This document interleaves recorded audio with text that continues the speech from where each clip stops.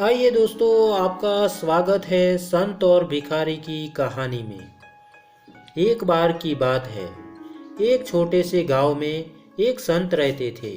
संत का जीवन बहुत ही सादा और साधारण था। वह एक छोटे से आश्रम में रहते थे और अपनी तपस्या और भक्ति में लीन रहते थे।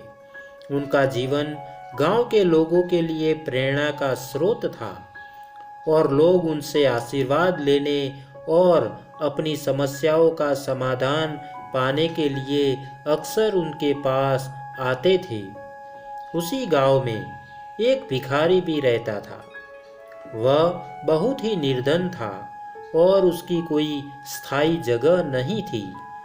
वह दिन भर गांव के अलग अलग घरों में जाकर भीख मांगता था और जो कुछ भी उसे मिलता उसी से अपना पेट भरता।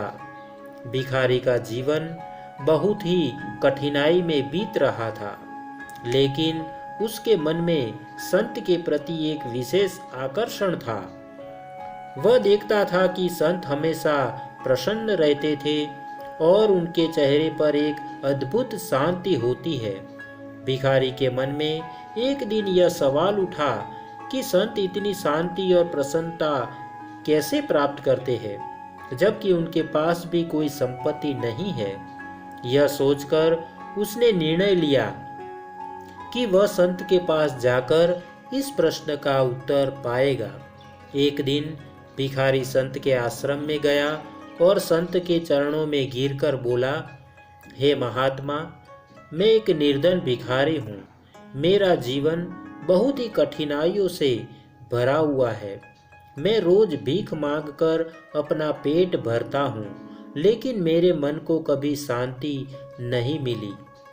मैं देखता हूँ कि आप भी निर्धन हैं, लेकिन आपके चेहरे पर हमेशा प्रसन्नता और शांति रहती है। कृपया मुझे बताइए कि यह कैसे संभव है। संत ने भिखारी को ध्यान से देखा और मुस्कुराते हुए बोले, वत्स, शांति और प्रसन्नता बाहरी चीजों में नहीं बल्कि हमारे अंदर होती है। जो व्यक्ति अपनी इच्छाओं पर नियंत्रण पा लेता है और संतोष को अपना लेता है, वही सच्ची शांति प्राप्त करता है। भिखारी ने संत से पूछा, लेकिन महाराज, यह संतोष कैसे प्राप्त किया जा सकता है? मेरे पास तो कुछ भी नहीं है, मैं कैसे संतोष पा सकता हूँ? संत ने भिखारी को अपने पास बुलाया और कहा, आओ, मैं तुम्हें एक कहानी सुनाता हूँ। यह कहानी तुम्हें संतोष का असली अर्थ समझाएगी।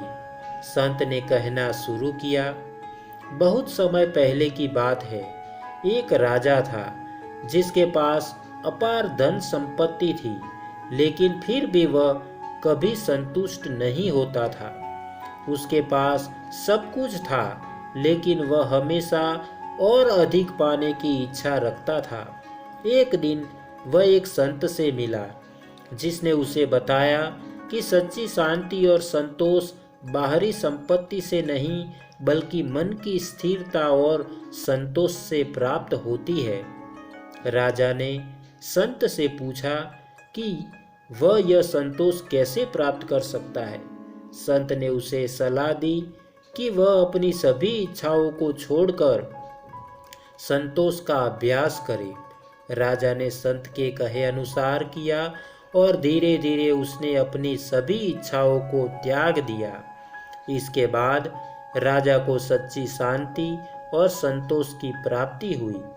संत की कहानी सुनकर भिखारी के मन में एक नई जागृति हुई। उसने समझ लिया कि संतोष का अर्थ केवल बाहरी संपत्ति या वस्त्रों में नहीं है, बल्कि यह मन की अवस्था है। वह यह समझ गया कि जब तक वह अपनी इच्छाओं को छोड़कर संतोष का अभ्यास नहीं करेगा, तब तक उसे शांति नहीं मिलेगी। भिखारी ने संत से कहा, महाराज, मैं समझ गया हूँ कि मुझे अपनी इच्छाओं को छोड़कर संतोष का अभ्यास करना होगा। मैं अब से संतोषी जीवन जीने का संकल्प लेता हूँ। संत ने भिखारी को आशीर्वाद दिया और कहा, वत्स, यह जान लो कि संतोष का अभ्यास कठिन हो सकता है, लेकिन यह सच्ची शांति और प्रसन्नता की कुंजी है। जब तुम अपनी इच्छाओं को छोड़ दोगे और जो कुछ भी तुम्हारे पास है उसमें संतोष करोगे, तब तुम सच्चे अर्थ में धनी हो जाओगे। उस दिन के बाद से भिखारी ने अपने जीवन शैली बदल दी। उसने भीख मांगना छोड़ दिया और अपने जीवन को आत्मनिर्भर बनाने के लिए मेहनत करने लगा। वह जो कुछ भी कमाता उसमें संतोष करता और भगवान का धन्यवाद करता। धीरे धीरे उसकी स्थिति में सुधार हुआ और वह एक खुशहाल और संतुष्ट जीवन जीने लगा। समय बीतता गया और भिखारी की प्रसिद्धि दूर दूर तक फैल गई। लोग उसकी कहानी सुनकर प्रेरित होते और संतोष के महत्व को समझने लगे। भिखारी अब केवल अपने गांव में ही नहीं बल्कि आसपास के गांव में भी जाने लगा और लोगों को संतोष और शांति का महत्व समझाने लगा। उसकी कहानी ने अनेक लोगों के जीवन को बदल दिया और उन्हें एक नया दृष्टिकोण दिया। कुछ समय बाद भिखारी फिर से संत के पास गया और उनके चरणों में गिरकर बोला, महाराज, आपकी शिक्षा ने मेरे जीवन को बदल दिया है। मैं अब पहले की तरह निर्धन नहीं रहा, लेकिन सबसे बड़ी बात यह है कि मैं अब सच्चे अर्थ में धनी हूँ, क्योंकि मैंने संतोष को अपना लिया है। संत ने भिखारी को आशीर्वाद दिया और कहा, वत्स, तुमने सही मार्ग चुना है। सच्चा संतोष ही जीवन का असली धन है और जो इसे पा लेता है वह सबसे धनी होता है। अब तुम भी दूसरों को यह शिक्षा दो और उन्हें भी इस सच्ची धरोहर का मार्ग दिखलाओ। इस प्रकार भिखारी ने संत की शिक्षा को जीवन का आधार बनाकर न केवल अपना जीवन संवार लिया बल्कि अनेक अन्य लोगों के जीवन को भी नई दिशा दी। उसकी कहानी सदियों तक लोगों के बीच एक प्रेरणा बनकर जीवित रही और संतोष का महत्व सिखाती रही। इस कहानी का सार, यह कहानी हमें सिखाती है कि सच्चा संतोष और शांति बाहरी संपत्ति में नहीं बल्कि हमारे अपने मन में है। जब हम अपनी इच्छाओं को छोड़कर संतोष का अभ्यास करते हैं, तभी हम सच्ची प्रसन्नता और शांति प्राप्त कर सकते हैं। तो दोस्तों, आशा करता हूँ कि आपको यह कहानी अच्छी लगी होगी और अगर आपको यह कहानी अच्छी लगी है तो एक लाइक और एक शेयर ज़रूर करना दोस्तों। और हाँ दोस्तों, चैनल को सब्सक्राइब करना मत भूलना।